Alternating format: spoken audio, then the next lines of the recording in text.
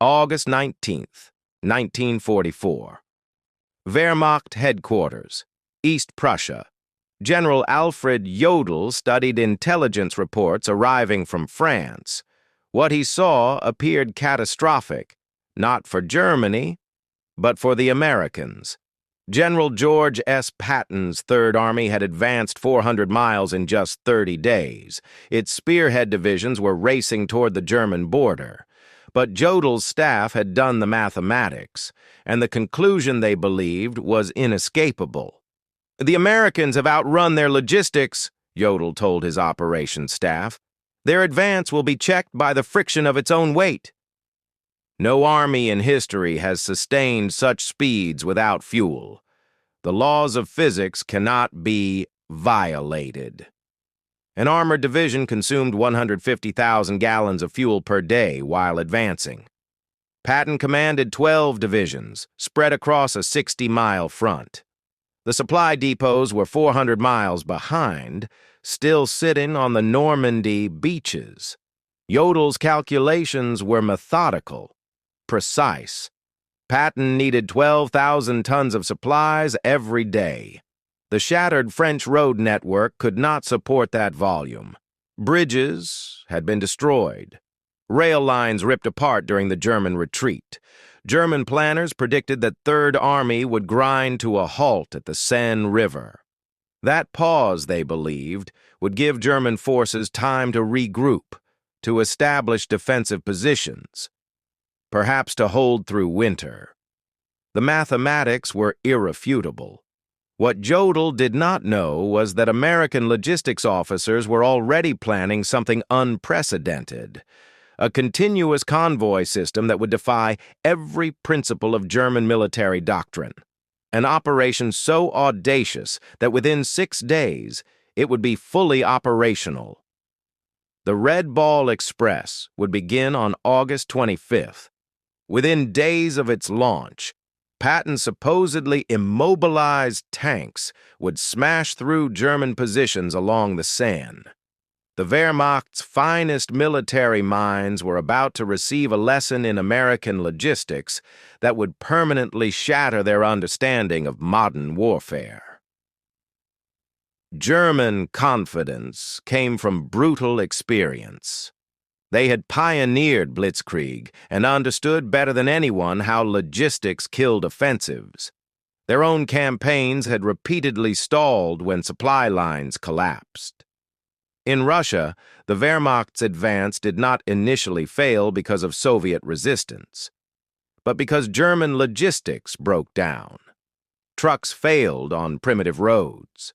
Horse-drawn wagons, still 80% of German transport, could not keep up with panzer divisions. Railway gauge differences meant supplies piled up hundreds of miles from the front. Entire divisions sat immobilized, waiting for fuel that never arrived. The Germans learned this lesson in blood and frozen remains. General Heinrich von Luttwitz, commander of the 47th Panzer Corps, believed the Americans faced the same impossibility. Their mechanical advantage, he argued, would become a disadvantage. Machines required fuel, ammunition, spare parts. History taught what came next. German intelligence tracked American consumption obsessively. A Sherman tank burned half a mile per gallon on roads, and, far worse, off-road. An infantry division required 700 tons of supplies daily. An armored division required 1,000.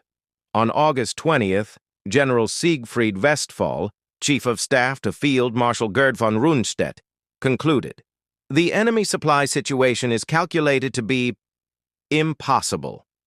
The Germans expected a total halt. Beat. It never came. August 25th, 1944. A requisitioned French chateau near Laval. Colonel Charles Thrasher, commanding the advance section of the communications zone, faced a room full of skeptical officers. Patton's Third Army was consuming supplies faster than any army in history.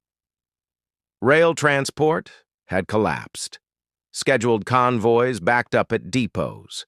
The entire logistics system was breaking down. Thrasher made his proposal. They would build a one-way highway from the beaches to the front lines. Every vehicle would run 20 hours a day. No stopping, except for fuel and emergencies. Initial target, 4,500 tons per day. The specifications sounded insane. 2 parallel one-way routes. Loaded trucks forward, empty trucks returning, 24-hour operations, headlights blazing, blackout discipline, abandoned completely. Convoys spaced every 5 minutes.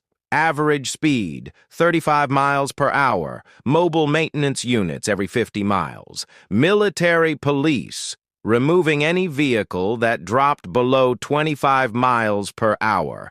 Any truck not repaired within 15 minutes would be pushed off the road and abandoned. Lieutenant Colonel Gordon Ains, Motor Transport Service, ran the numbers. They needed 140 truck companies, nearly 6,000 vehicles, 90% availability. No logistics textbook on Earth claimed this was possible.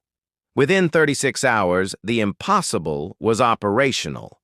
The name came from railroad terminology.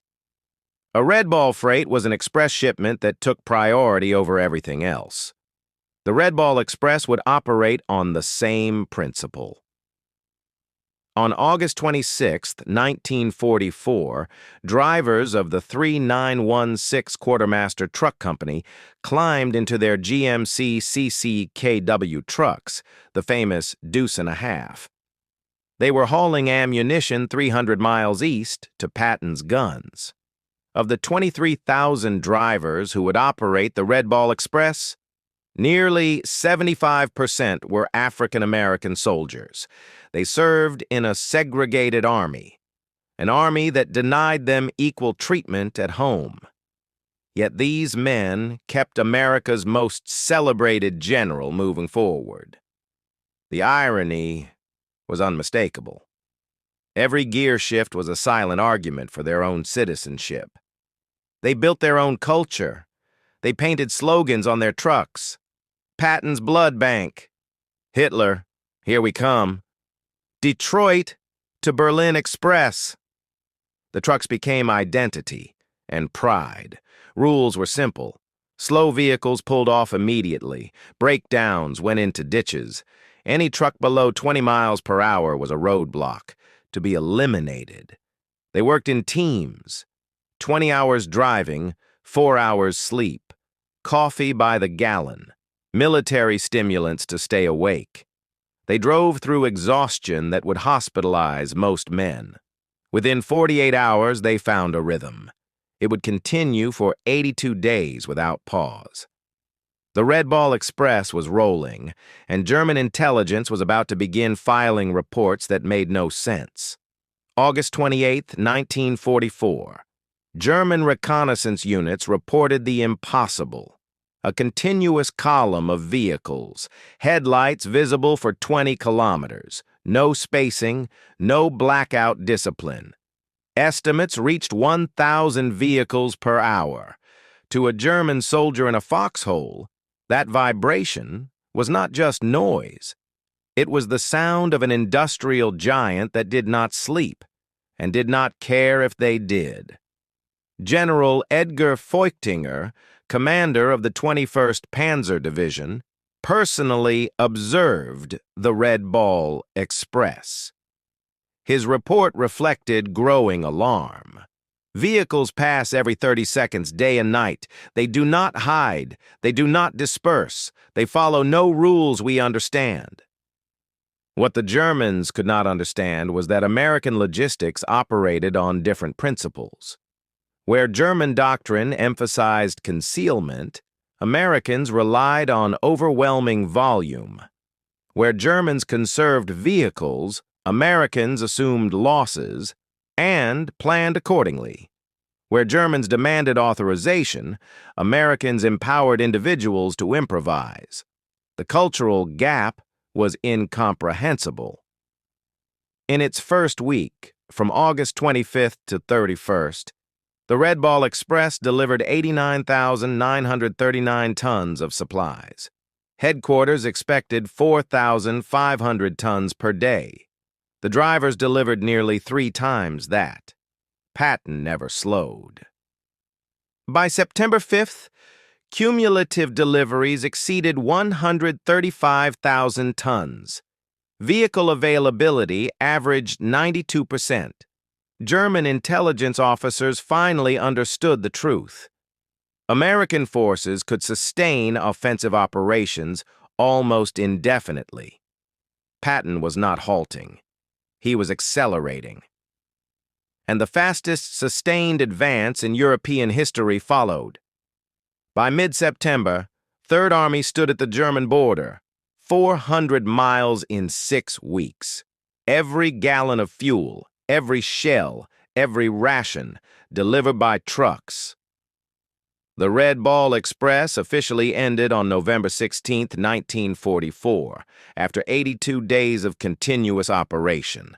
Final numbers told the story. 412,193 tons delivered. 122 million ton miles covered. 23,000 drivers. The operation proved a new truth of modern war. Victory belonged not to tactics alone, but to the nation that could deliver the most supplies, the fastest, the farthest. German generals who calculated Patton's advance was logistically impossible learned the hardest lesson of industrial warfare. They had accounted for everything, except American industrial capacity moving at 35 miles per hour. In his memoirs, Patton wrote that the truck drivers of the Red Ball Express deserved as much credit for victory as any combat unit. They were mostly black soldiers, segregated, discriminated against, yet they moved the army that crushed Nazi Germany. The highways of France still bear scars, but the true monument is the speed of Allied victory. In industrial warfare, logistics is destiny, and the Red Ball Express proved it forever.